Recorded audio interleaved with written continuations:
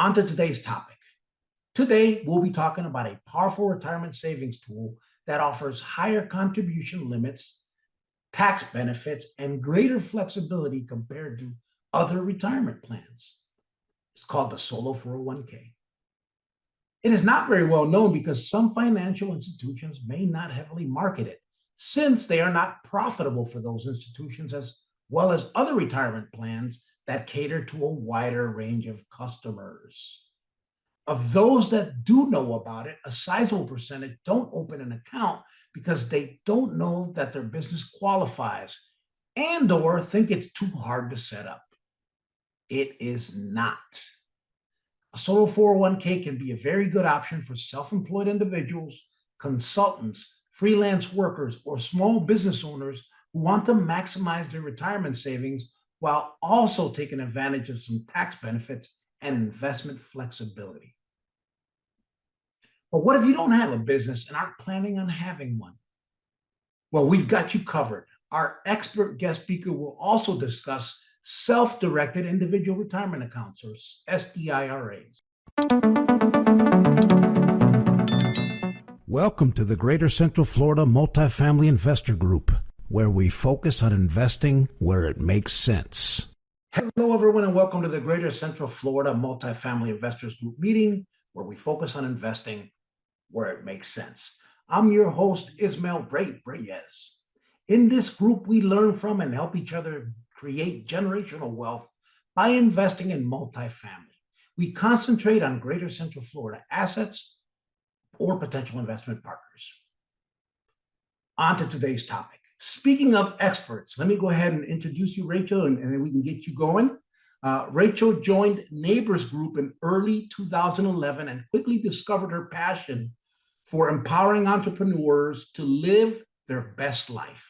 Rachel believes all small business owners and investors deserve a life of total freedom, which we define as doing what you want, when you want, where you want, and with who you want. Our mission is to help freedom seekers access exciting investments by unlocking their retirement funds with checkbook-controlled, self-directed retirement plans. So, Rachel, welcome again. The floor is yours. Thanks so much, Ray. Well, thanks everybody for joining us. I have a slide presentation that I've prepared. Give me just a moment here. I'm going to go ahead and share my screen. And Ray, let me know. Can you see my screen now? Yes. Awesome. Okay, so everyone, today what we're going to be covering is why you should consider investing your 401k, your TSP, your retirement funds into alternative assets like real estate, and more importantly, how to do it legally and compliantly. Now, of course, as we get into tonight's training, none of this is tax, legal, or investment advice. We're here to help educate you and inform you so that you can make the best decision for you. Now, I think that you're probably all here because you know that real estate is such a powerful investment vehicle for you. We'll dig into the logistics of that in just a bit, but make sure that you're paying close attention, because if you are a seasoned real estate investor, or if you're just getting ready to dip your toe into your first deal, I think that this training is going to provide a lot of value for you and help you really take that step into growing your wealth and taking that to the next level. Now, before we get into this, let's just talk about who this training is for and who this training is not for. This training is for you if you have worked hard to save money in your retirement account and you're not willing to lose that money in another stock market crash. We've all been through 2008, and I know that there's a lot of you that said, never again. Tonight's training is not for you if you have no interest in alternative investments, you have no interest in protecting your wealth, growing your wealth, or getting true diversification. If that's you, go ahead and sign off now. But for those of you that are sticking around, we're going to really get into this and show you how to unlock your retirement funds to grow your retirement wealth. And make sure that you're sticking around to the end of today's training, you're going to receive an exclusive investor kit where we'll walk you through the ways to legally and compliantly unlock your retirement funds. Now, why that's important and how that can be such a game changer for you is something that we're going to get into in just a moment. Put your phone on silent, clear away your distractions, maybe grab a pen and paper. I'm sure you're going to want to take some notes. And as Ray said, we're going to be doing live questions during today's training as well. Before we get into this, just a little bit of background, who we are. We built solo401k.com, a retirement investment platform. We currently have users that have amassed about $1.2 billion, largely invested into alternative assets, just like real estate and real estate syndications. And we've been helping our investors take control of your retirement funds for the last 16 years. We work closely with the IRS and the Department of Labor so that you can rest assured knowing that your funds are being compliantly invested, that it's totally 100% legal to do the strategies that we're going to be talking about this evening. So let's dive into the 3 reasons why you want to unlock your 401k and your TSP funds to be able to invest in real estate. Reason number 1, you probably want more choices. So a funny statistic that you might not know is that 90% of Americans' wealth is put in 2 different places: home equity and retirement plans. Now, usually your home equity is a place where you're building that asset over time so you can decrease your debt. And that makes a lot of sense for people. The only drawback is a lot of times home equity is not really designed to be invested. It takes a lot of time to get that money out, so that liquidity is not immediately there. Your retirement account funds, on the other hand, they are designed to be invested. That's their job, is to be invested to help ensure that your retirement funds are growing. Now, there's a lot of money in retirement accounts.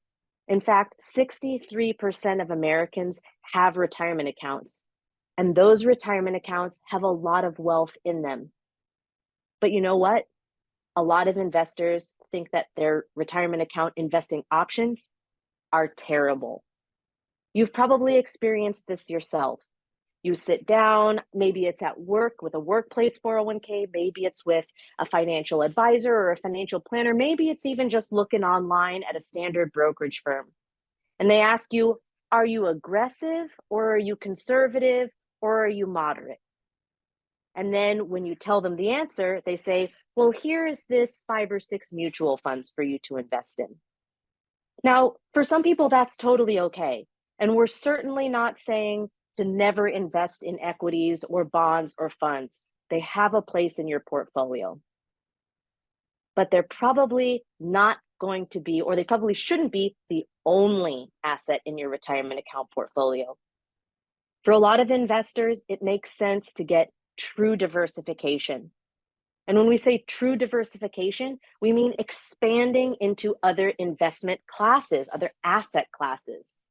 In fact, as you can see here on the screen, 55% of Americans want more investment options in their retirement plan.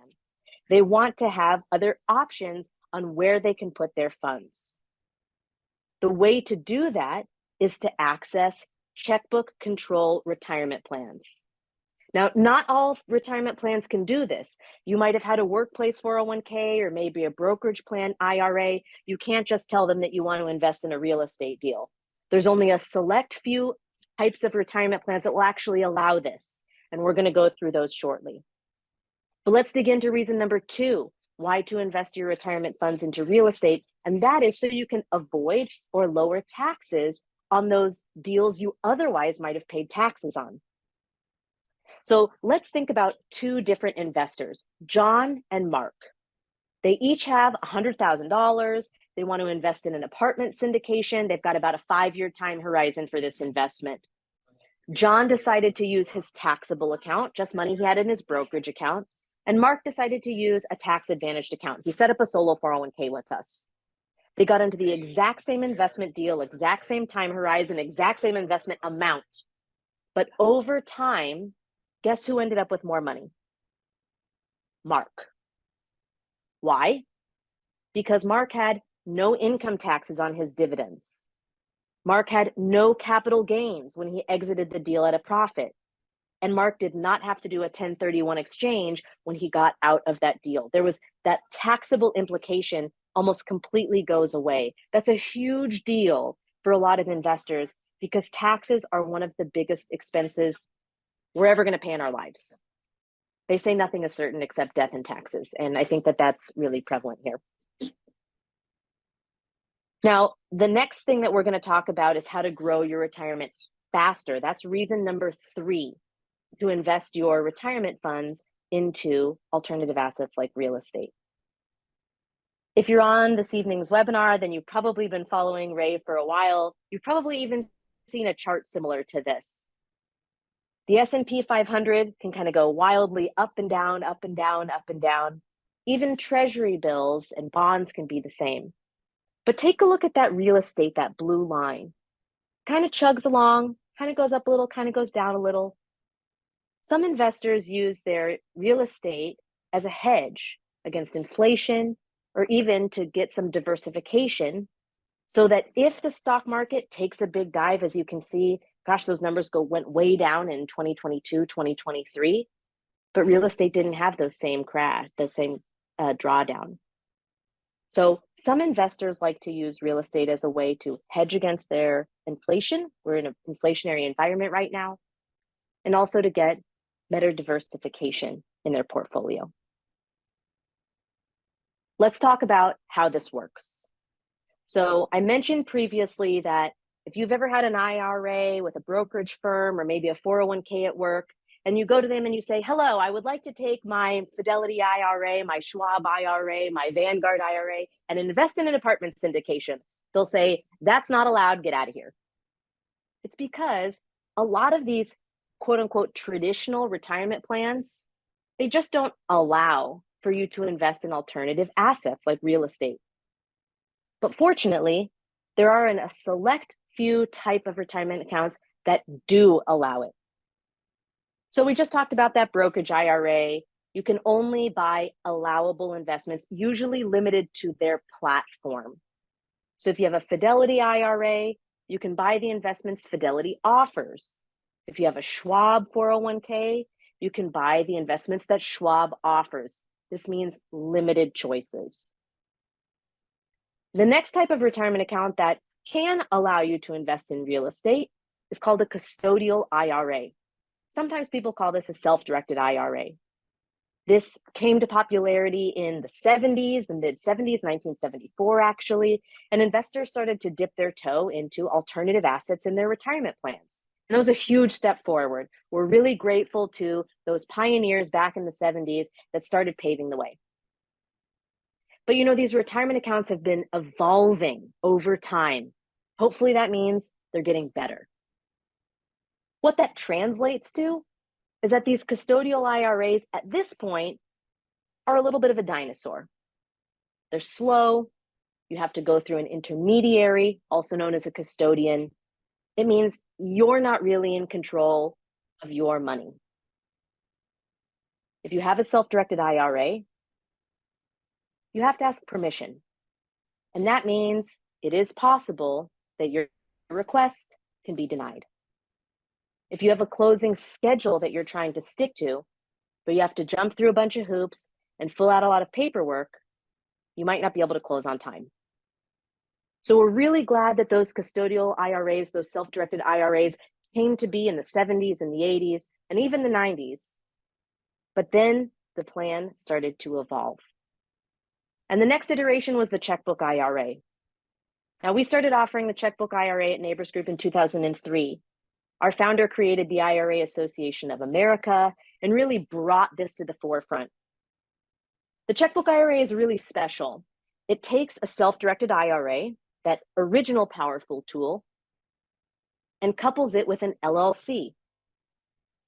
The real magic here is that you, the account holder, you're the manager of that LLC. That puts you in direct control of your IRA investments. So if you find a deal that you want to invest in, all you have to do is send a wire from your IRA LLC bank account. When you receive distributions or when there's an exit for that investment, that money goes back into your IRA LLC bank account that you control, so that as soon as you find the next investment, you're ready to go without delays. You don't have to ask anyone's permission, and you don't have to operate on anyone else's timeline. When you find an investment, you have the freedom and flexibility to make it. The checkbook IRA is awesome. It's a great tool. Anyone can qualify.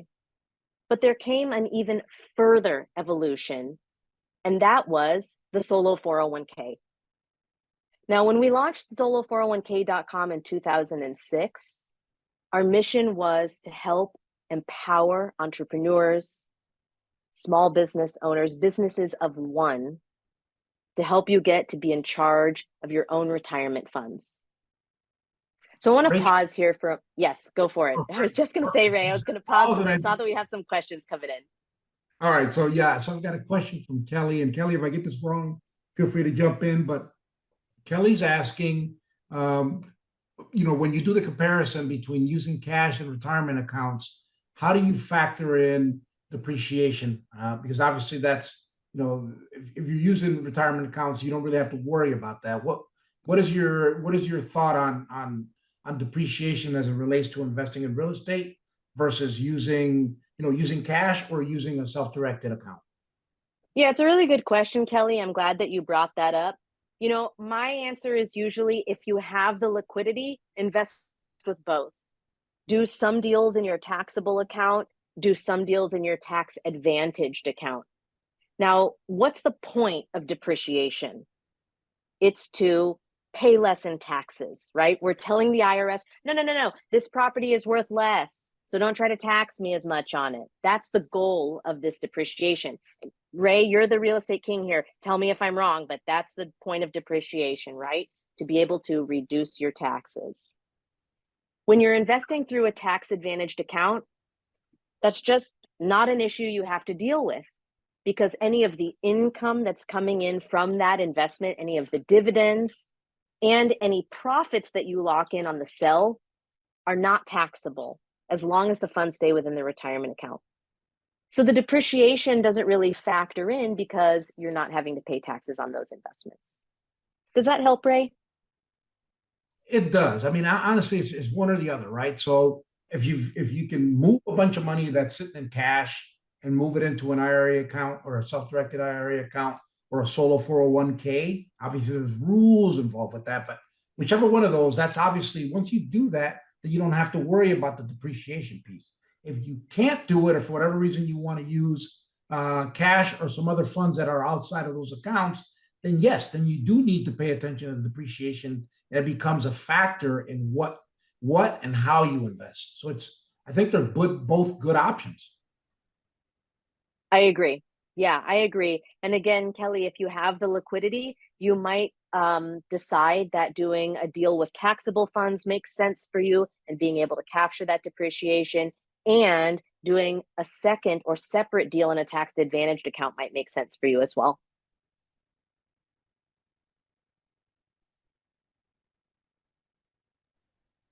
Thank you. I got another question. This one says, do I have to roll my money from a 401k over to a self-directed IRA or a solo 401k? I kind of know the answer to that, but I'll let you go with that one, and you may even be covering that later. Yeah, it's a good question. So it really depends. If you're having money right now in a traditional workplace or employer 401k, like with your current employer, then chances are probably close to zero that you would be able to invest those funds in your workplace 401k into a real estate deal. The real secret to being able to access those alternative assets is using something like a checkbook control plan, the checkbook IRA, or the solo 401k, because then those funds are in your control. Right now, who is controlling those funds? it's your HR department or the plan administrator at your workplace 401k, which would mean you would need to go to them and say, I would like to invest my 401k funds in real estate. And they will say, I'm sorry, we don't offer that.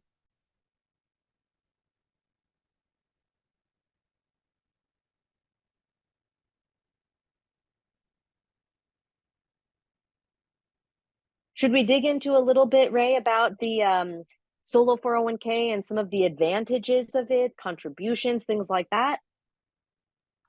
I think so. I think so. That's important, and I think the other thing is to kind of dispel the myth that you got to have this huge business in order to use it. Because I think that's one of the things that I had when I started is how can I do this? I'm just starting a business now, or I plan on starting a business.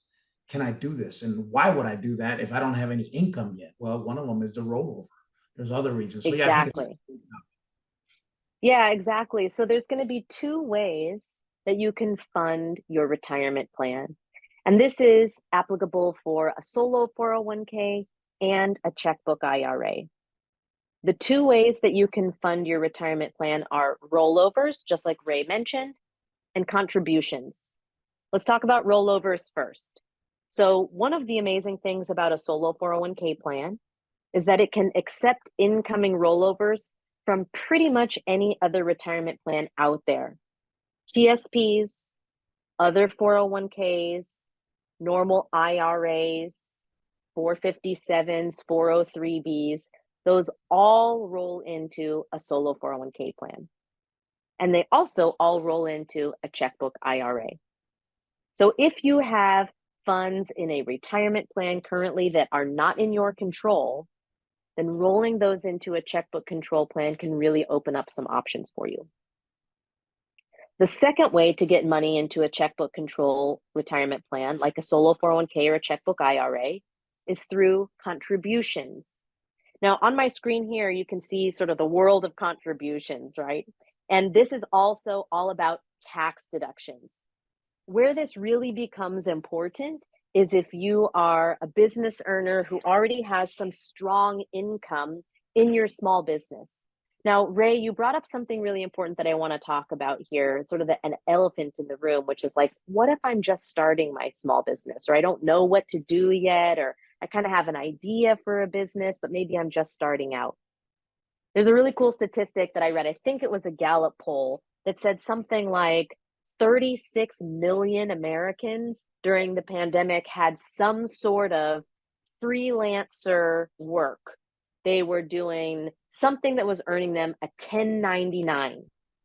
A lot of people started working from home. They were doing virtual assistant stuff, dog walkers, IT consultants, various types of business, marketing, realtors, real estate syndicators. I've had YouTube influencers. These are all small business owners. You don't need to have a storefront with brick and mortar and things like that. You can be a business of one. And I saw a projection that in the next 5 or 7 years, it's projected that almost 60% of Americans are going to have some sort of freelancer gig work that they're doing. People driving Uber, guess what? They're small business owners. And that means that they qualify for something like a solo 401k plan. Why that matters is when you qualify for a solo 401k, and as your business is ramping up and making money, you can tax shelter a lot of that money. These are called contributions. This is where you put money into your retirement plan, and the government wants to reward you for that. So they allow you to make those contributions tax deductible. The more you contribute, the less you pay in taxes. So it's a give and take. Now, if you've ever contributed to a workplace or an employer 401k plan, then you probably had something called a company match. And that's usually 3%, 6%, something like that, where you put in money and then the company matches and they put in money too. With a solo 401k, you are the company. So that means you get to put in money as the employee to your 401k plan, and you get to put in money as the employer, but you're not limited to that same 3 to 6% match like a normal company would have. You can put in up to 25% of a company match to your solo 401k. And what that means is that you can put in tens of thousands of dollars every single year, tax deductible. In fact, for 2022, you can put in up to 2023, $66,000 or $73,500 if you're age 50 or older. That's a lot of money to be able to not only reduce your taxes by, but to really supercharge your retirement growth. If we're doing a quick comparison here, just on these contributions, you can see that the solo 401k lets you put in 10 times as much money as an IRA. Now, there's still a place for the checkbook IRA, of course. The solo 401k has that threshold of qualification, right? You have to have some sort of a business. Even if you're just getting started, that's okay. But you have to have some sort of a business activity, because just like a workplace 401k, the solo 401k is for your business of one. So you need to have a little business to have a solo 401k. If you don't have a business, Ray, you said this in the beginning, if you don't have a business, you're retired, you're not interested in starting a business, you don't want the hassle of it, then the checkbook IRA is an awesome vehicle for you. Anyone can qualify. It's like a self-directed IRA on steroids. We take all the good parts of the self-directed IRA and we get rid of all the bad stuff. We get rid of all the delays. We get rid of the middleman. We get rid of the intermediary trying to stick their fingers into your deals. And you get to have direct control over the investments. So whenever you find a deal and you're ready to invest, you literally just need to send a wire from your LLC bank account. Now, Ray, I want to pause for a moment. Do we have any questions along this lines that we want to address? There's a question here about whether they can use ISD-IRA to purchase a house. I'm assuming that could also be for solo 401k. Yeah, are we asking about a house that they want to live in, or is this an investment property? They don't. It doesn't specify, but maybe answer both. I think that'd be a okay, good. Sure. Yeah, so the nice thing about these checkbook control plans, the solo 401k and the checkbook IRA are both checkbook control. And what that means is all of your retirement money is in your own, a special bank account that we set up for you, where you're the only one that has access to those funds. So in this case, if you wanted your solo 401k or your checkbook IRA to purchase a house, you literally just send a wire from your solo 401k or checkbook IRA bank account to the closing table. And then the 401k or the IRA take title of the property. Now I want to pause here for a moment.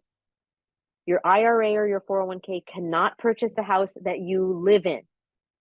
These have to be passive investments. So it's okay to invest in other people's deals, but your IRA and your 401k cannot buy a house that you live in. Do we want to address Kelly's question too, Ray, while we're right here?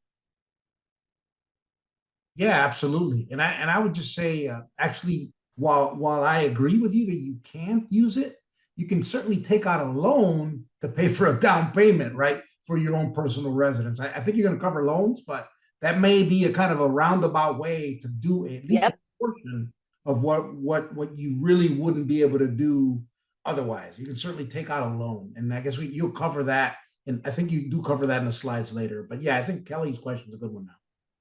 Yes, perfect. Well, Kelly, you had asked, does having a business that is just investing in real estate where I don't take a salary, would that still work for a solo 401k? The question is, maybe, Kelly. So the business has to be an active business. So what the IRS wants is they want intent to profit. Why? Because they want money from you in the form of income taxes as a business owner. So I'm a real estate investor myself, and a good rule of thumb is if the income is showing up on your Schedule E, like elephant, as a sole proprietor or single member LLC, that's passive investment income. That does not count. It says right in the title, passive investment income. If the income is on Schedule C like Charlie, then that's profit and loss from a business, and that counts. So Kelly, what I would recommend is when we stick around till the end of today's training, and make sure that you claim your copy of that free investor kit, because we talk about that qualifying business activity in that investor kit. I think that'll be really helpful for you.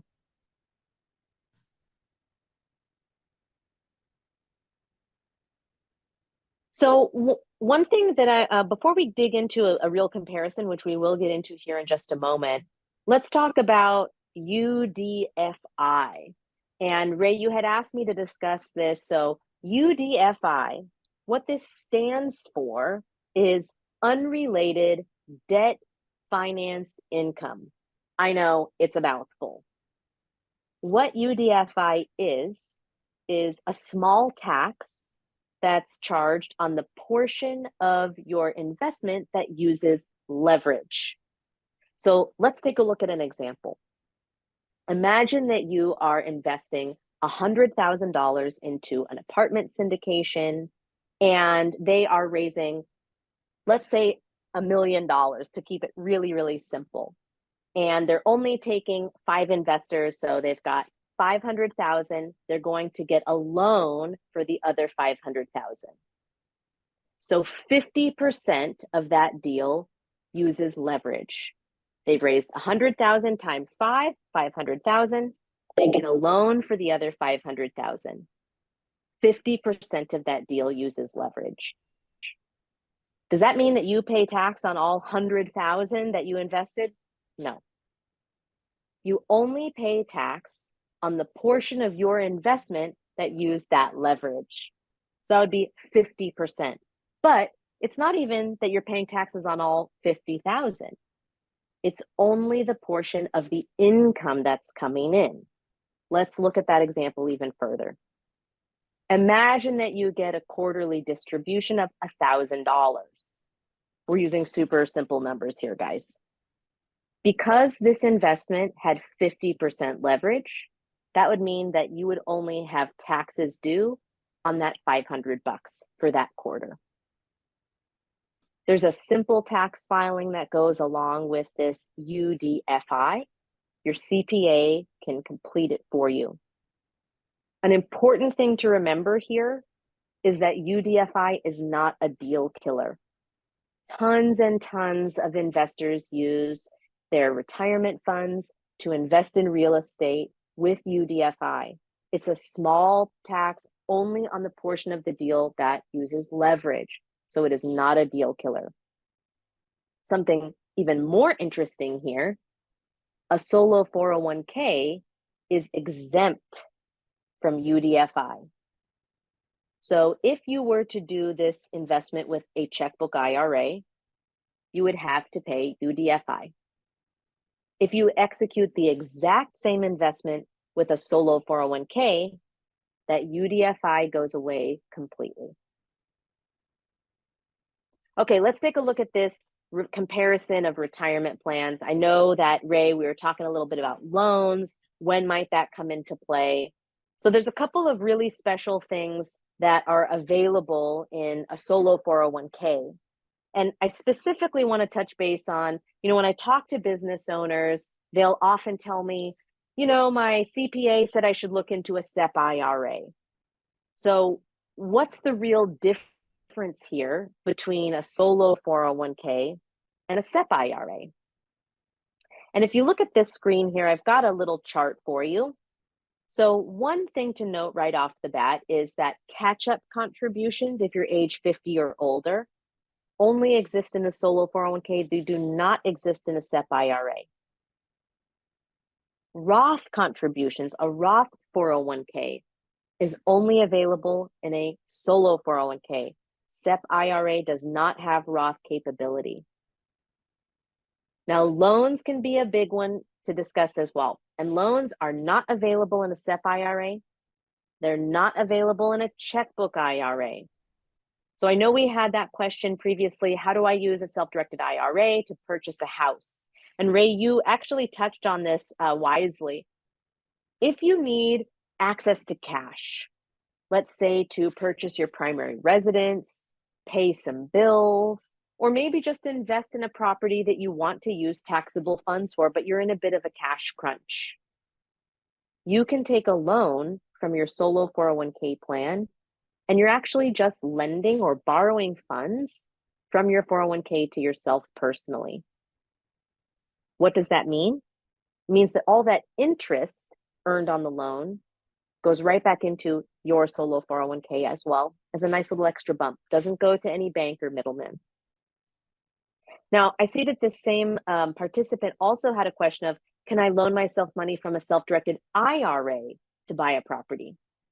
And as you can see here on our comparison page, the checkbook IRA, SEP IRA do not have loans. The IRS does not allow you to lend money from an IRA. The solo 401k is the only vehicle that allows those types of loans.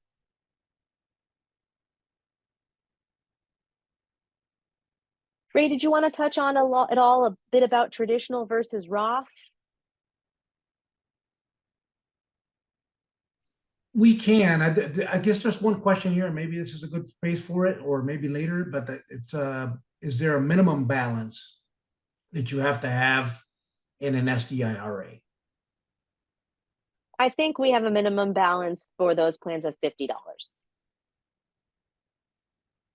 Yeah, but other than that, no, you're able to invest all of your funds and make sure that they're going to work for you. So some of you guys who might be familiar with retirement plans, we just do a little comparison here of traditional versus Roth accounts. But, really, I approach traditional, also known as pre-tax. I approach traditional versus Roth, Kelly, kind of the same way that we were talking about, do I invest with a taxable account or a tax-advantaged account? I do both. I hold funds in my traditional solo 401k. I also hold funds in the Roth portion of my solo 401k. I love diversification. I love hedging my bets. So I'll still have a stock portfolio and I have a real estate portfolio. I own personal real estate properties. I own properties in my solo 401k plan. There's pros and cons to the traditional and the Roth account. And you probably, for your situation, may want to have a mix of both. One has the tax advantage right up front. That's the traditional or pre-tax part of your 401k or a traditional IRA.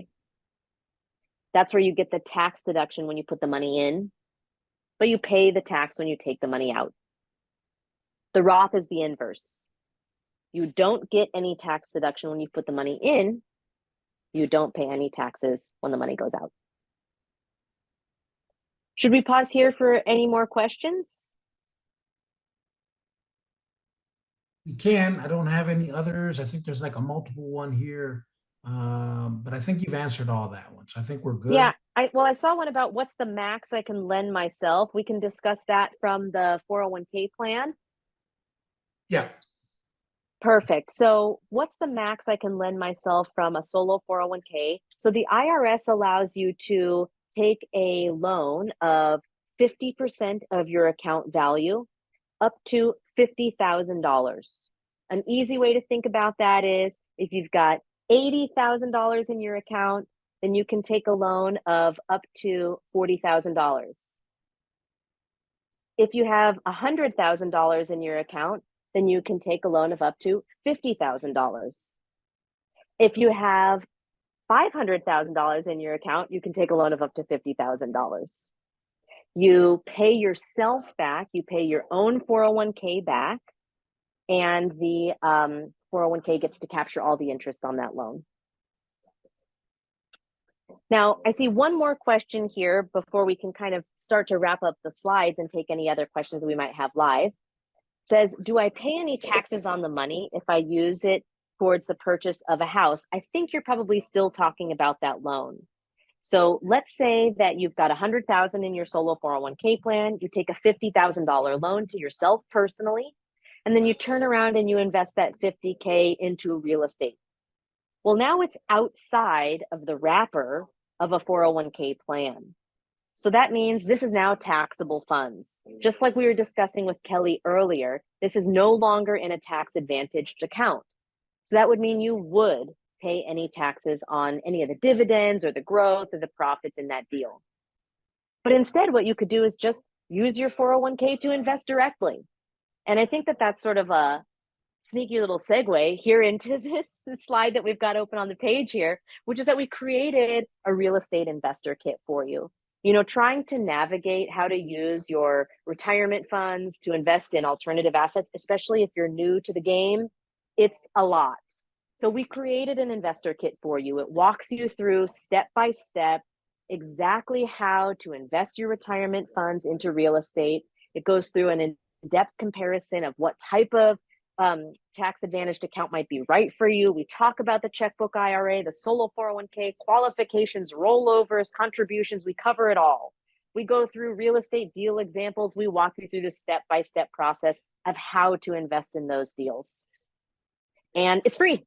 We created it as a way for you to be able to learn more about how to really empower yourself. So you can go to solo401k.com/me real estate for Ray. This is for Ray's audience exclusively, and claim your free copy of that investor kit. So I've got a question. I think, and it's probably a question that many have. In fact, I wanted to address it at the very beginning. How hard is it to do this, right? Because I think when the minute you see solo or you see self, people are like, "Oh my God, this is hard." Like, how do I? I'm alone, right? Solo, I'm alone. Yeah, it's a really good question. So I'll be frank with you. It's not going to be like a Fidelity IRA or a a Schwab IRA where you click 2 buttons and then you're off to the races. You're going to have to do a little bit more work because remember, when you're taking money away from these giant institutions, they don't want to lose your money. But we will help you with everything. So the setup process, super simple, super straightforward. You can complete your application online at solo401k.com. Takes you all of 5 minutes. Our team has your 401k up and running in usually just an hour or 2. The checkbook IRA, we usually need 3 to 5 business days. We've got it up and running. The rollovers might take a few extra days because that's when, you're prying your funds out of the hands of those giant financial institutions. But once those funds are in your control, in a bank account that you control, it's super easy. So our team is here to help every step of the way. We all have solo 401k plans or checkbook IRAs. We all invest with them, and almost all of us hold alternative assets. So we can guide you in from the finish line. We do weekly Q&A sessions, free live trainings for our users. We walk you through how to get this done so that you can get your money in your control where it belongs. Got another good question here from Martha. At what age should a young person start his solo account if he has a small business? I like where this is. I love this question. And Martha, I'm going to give you a different answer now than I would have if we were having this conversation 8 or 9 years ago. So this is Nabers Group, solo401k.com. I'm Rachel Nabers. My husband, Jeff, is our founder. I started working with Jeff 12 years ago. And it was a different world back then. Not everybody was starting their own small business. There was way less entrepreneurs in the world. YouTube was definitely not as popular of a thing. So the reason why I'm building all of that up is, Martha, I have opened so many accounts for like YouTube influencers who are minors, and they have a gaming channel or they're doing product unboxing channel. And they're these like 12, 13, 14-year-old kids that have 10,000, 20,000, 100,000 YouTube followers. And that's their little business. And their parents are thinking, how can I tax shelter some of this income? I have other clients who they will be even paying their kids to do chores around the house, or their kids are maybe, I have one actual client he has a very successful dental practice, and he uses his kids as the model for all of the photography, all of the promotional materials for his dental practice. And the kids get paid.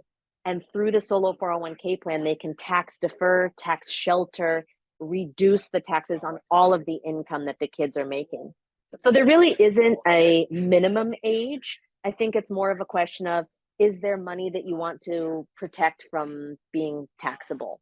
And then we have a whole process for, if it's a minor, having you as the adult or the legal guardian sign for setting up the plan for your kid.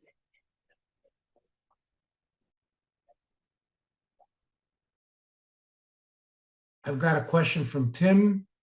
To do a rollover, does it need to be an orphaned account or can it be an account with a current employer? Great question. Yeah, this is a good question, Tim. And the answer is, it depends. So with your current employer, I call that 401k prison. So your money is in 401k prison. Why? Because it's not up to you whether or not you get access to it. You may be denied if you ask your HR team if you're allowed to do a rollover. But the magic words to ask for, make sure you guys write this down: partial in-service distribution. What does that mean? So partial, you're not freaking them out by trying to take all your money. In-service distribution, can I take some of that money out while I'm still in service to the company, while I'm still working for the company? It's 50-50 whether or not they'll say yes or no. If you're over age 59 and a half, Tim, they probably have to let you take out some of that money. If you're under age 59 and a half, they may deny you. But if you ask for that partial in-service distribution, their ears will perk up because you know how to ask the right type of question.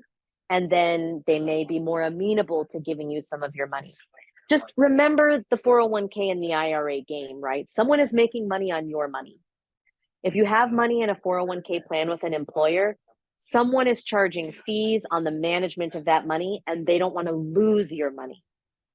Sometimes that means they build provisions into the 401k plan, locking it up while you still work there. But if you ask for the partial in-service distribution, you'll probably get farther because you're knowing the right question to ask. Yeah, I know that when I retired from the military, I had to wait 30 days from my retirement date in order to do the rollover from the thrift savings plan into the solo 401k. So I guess retirement, or I guess if those are ETSing, probably have to do the same thing and wait those 30 days, unless something's changed, right? Since 2019 or so. I think that's probably the case. I know sometimes TSPs do have that wait period. Some 457s might be the same way. That's another type of governmental plan. But you know, Tim, it never hurts to ask. And it may be possible that you have access to those funds. Even if your current employer denies you, though, you did mention orphaned accounts. That's like old previous employer 401ks. Those are all up for grabs. And then traditional IRAs are up for grabs as well. Those can roll into your solo 401k as well.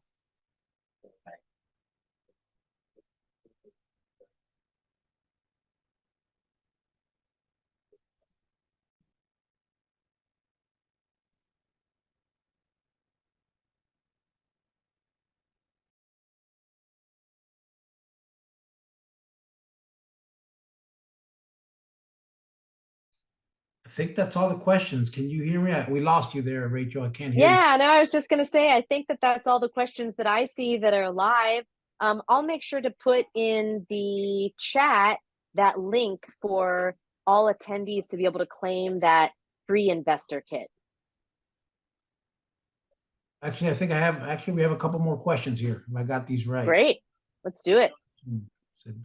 Can you post a link on the chat? I'll go ahead and do. Oh, there it is. Perfect. So that should be there on the chat.